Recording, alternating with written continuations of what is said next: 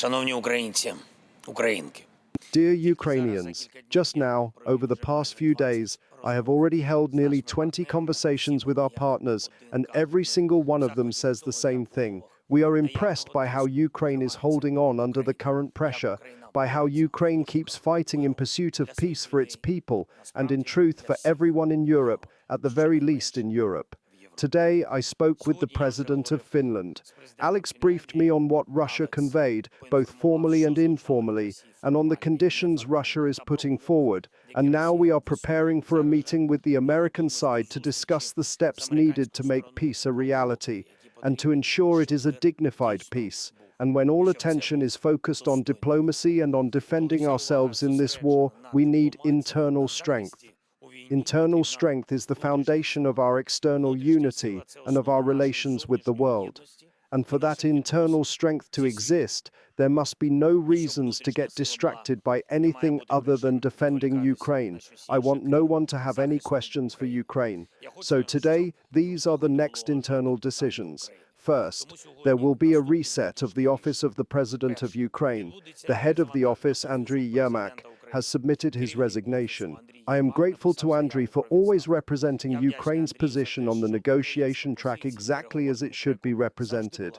It has always been a patriotic position, but I want to eliminate any rumors and speculation. As for the new head of the office, tomorrow I will hold consultations with those who may lead this institution. Talks will take place soon, with our representatives present, including the Chief of the General Staff, officials from the Ministry of Foreign Affairs, the Secretary of the National Security and Defense Council, and our intelligence. And when we all face such an external challenge, war, we must remain strong internally. 100% of our strength will be focused squarely on defending Ukraine. Everyone must now act in this very way, in the interests of our state, and defend our state. This principle remains unchanged. Meetings with the American side will be held very soon. Second, the Cabinet of Ministers of Ukraine. I expect that Prime Minister Yulia Sviridenko, together with members of Parliament through dialogue and unity, will ensure three things for Ukraine. Most importantly, adopting the budget for 2026, which means ensuring our state's ability to defend itself, to fund our defense, to provide all social payments, and to sustain the resilience we need. This is what people need. I also expect candidates to be proposed for the Ministers of Energy and Justice.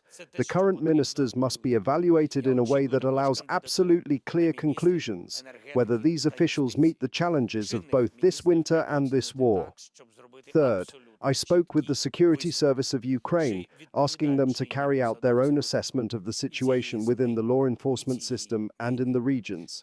Reports will follow soon, then my conclusions, and then the decisions. Too much negativity is coming from the regions. We agreed that the Security Service will provide me with the necessary information promptly, and of course, the army. Our warriors are heroes. Our warriors are destroying the enemy, and this is the foundation of our ability to build diplomacy. There are issues that should have been resolved long ago. The Commander-in-Chief, the General Staff, and Pavlo Polisa are already working on this, and for next week I am preparing the relevant staff meeting. Above all, we need a truly fair, rational distribution of personnel among brigades. The principles for doing this are already in place, and every combat brigade is talking about it. The decision will come. I thank everyone who stands with Ukraine. I thank everyone who defends Ukraine now and always. I thank everyone who ensures that pressure is placed on Russia, on the cause of this war, and not on our state, not on our people, not on Ukrainians. Ukrainians must prevail. That is what matters most. Russia is eager for Ukraine to make mistakes. We won't make any. Our work goes on. Our struggle goes on. We have no right to fall short, no right to retreat or turn on one another.